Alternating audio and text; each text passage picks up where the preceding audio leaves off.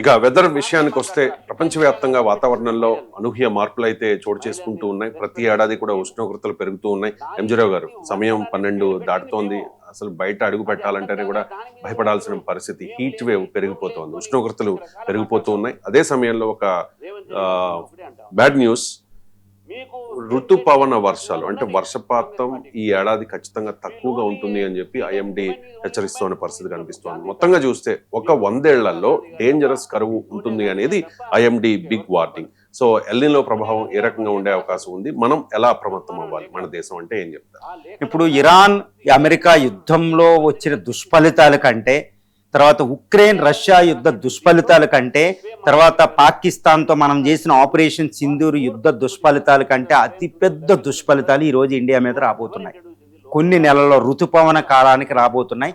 చాలా పెద్ద డేంజరు. ఎంత డేంజర్ అంటే 100 సంవత్సరాల్లోనే అతిపెద్ద తీవ్ర కరువు ఈరోజు మన ఇండియాలో రాబోతుంది. 2009లోనే 82% మాన్సూన్సే సక్సెస్ అయినాయి. చాలా డేంజరస్. అప్పుడే 2008లో ఆర్థిక సంక్షోభం, మెల్ట్ డౌన్, మన్మోహన్ సింగ్ టైంలో ఎకానమీ పడిపోవడం, రూపాయి విలువ పడిపోవడం 2009లో చూసాం. తర్వాత 2016లో కూడా బిలో నార్మల్ రైన్ఫాల్ వచ్చింది. ఇది worst of the worst droughts అనమాట మన జనరేషన్లో. ఒక రకంగా ఇప్పుడు జంజీవ్ ఇది. కానీ 100 సంవత్సరాల్లోనే తీవ్రమైన కరువు వచ్చే విధంగా అక్కడ పసిఫిక్ మహాసముద్రంలో ఎల్నినో అనే కండిషన్స్ వచ్చినాయని ఇప్పటికే వరల్డ్ మెట్రలాజికల్ డిపార్ట్మెంట్ చెప్పడం జరిగింది. దీన్ని అన్నిటిని ఆసరా తీసుకుని ఇప్పుడు ఇండియన్ మెట్రలాజికల్ డిపార్ట్మెంట్, భారత వాతావరణ శాఖ, అదేవిధంగా ఇండియాలో ప్రైవేటు వాతావరణ సంస్థ అనేది స్కైమెట్, రెండు తీవ్రమైన వార్నింగ్ ఇవ్వడం జరిగింది. అదేంటి, ఎల్నినో కండిషన్స్ ఉండడం వల్ల ఈ సంవత్సరం రైన్ఫాల్ బిలో నార్మల్, అంటే నార్మల్ అంటే మనకేంటంటే 100% నార్మల్గా తీసుకుంటే బిలో నార్మల్ అంటే 92% దాకా రైన్ఫాల్ వస్తుంది. అంటే 8% రైన్ఫాల్ తగ్గిపోతుందని ఇక్కడ మన ఇండియన్ మెట్రలాజికల్ డిపార్ట్మెంట్ చెప్పడం జరిగింది. ఎందుకంటే ఇండియన్ మెట్రలాజికల్ డిపార్ట్మెంట్ ఎప్పుడు కరువు అనే పదాన్ని, డ్రాట్ అనే పదాన్ని ఉపయోగించదు, బిలో నార్మల్ అంటది అంతే.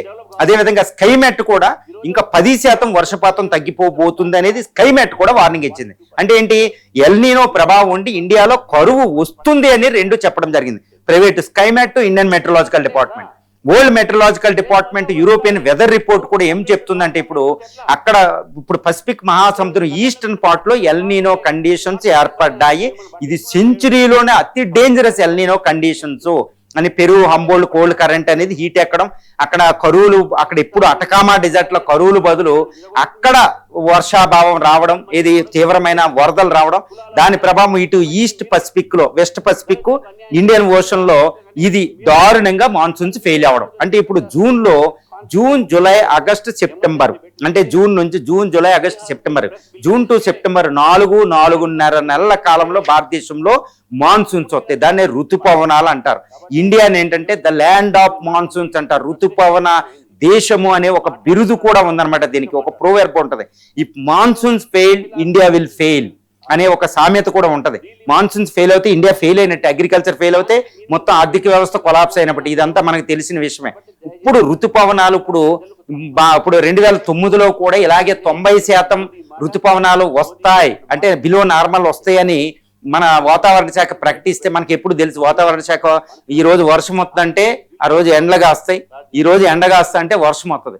కానీ ఇక్కడ మాన్సూన్స్ విషయంలో ఇది నిజమండి. ఎందుకంటే ఇంతవరకు మాన్సూన్స్ ఎలా ప్రవర్తిస్తాయో, ప్రపంచంలో ఇంత ఆధునికమైన టెక్నాలజీ, క్లైమటాలజీ డెవలప్ అయినా, వెదర్ టెక్నాలజీ డెవలప్ అయినా, ఈ వెదర్ రిపోర్ట్లు, ఈ రిమోట్ సెన్సింగ్ శాటిలైట్ డెవలప్ అయినా కానీ ఇంతవరకు మాన్సూన్స్ ఎలా వస్తాయో కూడా ఒక్క థియరీ కూడా సక్సెస్ కాలేదండి. అంత కాంప్లెక్స్ సిటీ అనేది ఉంటుంది. ఇండియా ఎంత సంక్లిష్ట వ్యవస్థ అంటే ఈ మాన్సూన్స్ బట్టి ఉంటుంది అనమాట, క్లైమేట్ బట్టి ఇండియా ఉంటుంది. ఇప్పుడు ఈ monsoons are going to fail, utterly fail అనమాట. అంటే ఏంటి, 92% ఐఎండీ చెప్తుంది, కానీ ఇది 82-70% వచ్చినా ఆశ్చర్యం లేదు. ఇప్పుడు ఋతుపవనాలు ఎక్కువ మాన్సూన్స్ పడే ఇటు కేరళ, ఈ నార్త్ ఈస్టర్న్ స్టేట్స్, తర్వాత వెస్టర్న్ ఘాట్స్, ఈ మిడిల్ ఈస్ట్, ఇది మన మిడిల్ ఇండియా అనే ఒడిస్సా, ఈ ప్రాంతంలో ఎక్కువ రైన్ఫాల్ పడుతుంది. అక్కడ కొంచెం తగ్గినా పెద్ద నష్టమేమి ఉండదు. కానీ పూర్తి వర్షాభావం ఉండి ఇటు రాజస్థాను, సెంట్రల్ ఇండియా, ఇటు రాయలసీమ, తెలంగాణ, మహారాష్ట్ర, విదర్భ రీజన్, ఈ యొక్క బీహార్, ఈ ప్రాంతంలో కొంచెం వర్షపాతం 10% తగ్గడం అంటే అక్కడ యాక్చువల్గా పడేది 50 సెంటీమీటర్లు 100 సెంటీమీటర్ల లోపు. నేను రెండోసారి చెప్పినవి. ఈ ప్రాంతంలో 10% వర్షం అంటే ఒక్క క్రాప్ కూడా పండించుకోలేని పరిస్థితి వస్తుంది. ముఖ్యంగా డ్రై ల్యాండ్ అగ్రికల్చర్ ఏరియా 40% పండేది. ఆయిల్ సీడ్స్, పప్పు ధాన్యాలు, తర్వాత ఇవన్నీ పండే ప్రాంతం. అంటే చాలా తీవ్రమైన కరువు ఇండియాలో రాబోతుంది. ఇది 2009కి మించి గత 100 సంవత్సరాల్లోనే అతిపెద్ద కరువు వస్తే పరిస్థితి ఉందని Skymet, IMD, world meteorological department, European weather రిపోర్ట్లు మనకి చెప్పేస్తున్నాయి. ఎల్నినో ఆల్రెడీ అక్కడ ఆవరించేసింది అనమాట. ఇంతటి డేంజర్. మరి ఇండియా ఎలా ఉండబోతుందంటే యుద్ధం కంటే ఎక్కువ ఇక్కడ ప్రిపేర్ అవ్వాల్సిన పరిస్థితి ఉంది. ఎందుకంటే ఎంతటి యుద్ధం అంటే ఇది. భారత ఆర్థిక వ్యవస్థ ఇప్పటికే ఇరాన్ ఆయిల్ కొరత వీటి వల్ల 7.2 బదులు 6 దగ్గరికి తగ్గిపోతుంది ఆర్థిక వ్యవస్థ. ఇది వృద్ధి రేటు. ఇప్పుడు IMF చెప్పడం జరిగింది, గోల్డ్ మ్యాన్ చార్ట్ చెప్పడం జరిగింది, ఈవెన్ RBI కూడా ఇది మాట్లాడుతుందండి. ఇప్పుడు ఏమవబోతుందంటే ఈ ఋతుపవనాలు ఫెయిల్ అవుతే మొత్తం వ్యవసాయం కుంటుపడుతుంది. వ్యవసాయం కుంటుపడితే ఇది మ్యానుఫ్యాక్చరింగ్ మిగిలిన ఆర్థిక వ్యవస్థల మీద పడిపోతుంది. ఎడ్యుకేషన్, హెల్త్, వీటన్నిటి మీద. ఇది మనకు తెలుసు. 1% వృద్ధి రేటు పడిపోతే అగ్రికల్చర్ లో భారత ఆర్థిక వ్యవస్థ ఇంకా ఎక్కువ ప్రభావానికి గురవుతుంది. కాబట్టి ఇండియాలో కరువు రాబోతుంది. ఆల్రెడీ ఆహార ధాన్యాలు ఫుల్గా మనకు ఉన్నాయి కాబట్టి బఫర్ స్టాక్ ఉంది కాబట్టి ఈ ప్రాబ్లం ఈ సంవత్సరం రాదు. మనం వరల్డ్స్ లార్జెస్ట్ బఫర్ స్టాక్ అక్కడ ఉంది కాబట్టి PDS డిస్ట్రిబ్యూషన్ సిస్టమ్ ఉంది. ఈ ప్రాబ్లం రాదు, కానీ ఆర్థిక వ్యవస్థ కొలాప్స్ అవ్వబోతుంది. ఇది 2వ సంవత్సరం ఎల్నినో ఉంటే మాత్రం మళ్ళీ ఆ ప్రాబ్లం కూడా మనకు రాబోతుంది.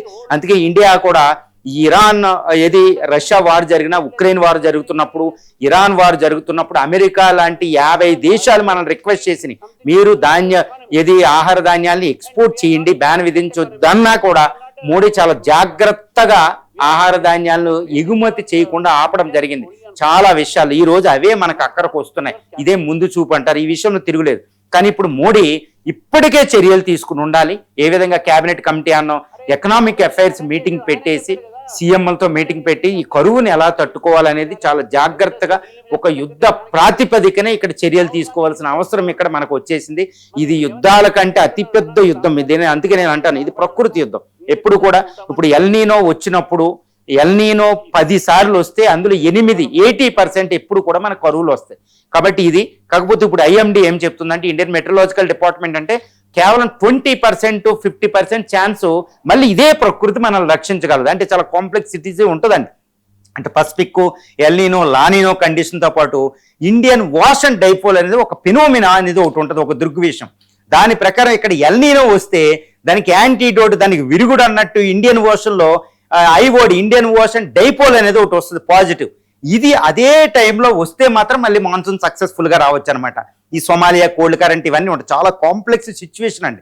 ఇది ఓ మాదిరిగా అర్థమయ్యేది కాదనమాట ఈ వాతావరణం. అందుకనే ఈ మాన్సూన్స్ ని ఎవ్వరూ కూడా ప్రిడిక్ట్ చేయలేరు. కానీ ఈ సంవత్సరం ఏంటంటే అకార్డింగ్ టు ఈ climatic reports, El Niño, La Nina conditions, వీటన్నిటిని క్లైమేట్ చేంజ్ ఇంపాక్ట్, తర్వాత హిమాలయాల్లో మంచు కరిగిన విధానం, వీటన్నిటిని మనం చూసుకుంటే ఈ క్లైమటాలజీ ప్రకారం ఏంటంటే India is being subjected to severe drought అండి. చాలా సీరియస్ డ్రాట్ వస్తుంది. ఈ వర్షం తక్కువగా వచ్చిన ప్రాంతాల్లో అయితే పంటలు పండించడానికి కూడా వీల్లేని పరిస్థితి వస్తుంది అనమాట. ఇది మోడీ 12 సంవత్సరాల ప్రైమ్ మినిస్టర్షిప్లోనే ఒక biggest challenge is going to face. All CMs face చేయబోతున్నారు. చాలా తీవ్రమైన ప్రమాదం. ఇండియా అన్ని చర్యలు ఇక్కడ తీసుకోవాల్సిన అవసరం ఉంది. ఇండియా కెన్ టేక్ చాలా చర్యలు తీసుకునే కెపాసిటీ ఇక్కడ ఉంది. కానీ ఆర్థిక వ్యవస్థ మాత్రం కుంటుపడుతుంది. దాన్ని ఎలాగంటే చాలా జాగ్రత్తగా చేయాల్సిన అవసరం ఇప్పుడు మోడీ గవర్నమెంట్ మీద ఉంది.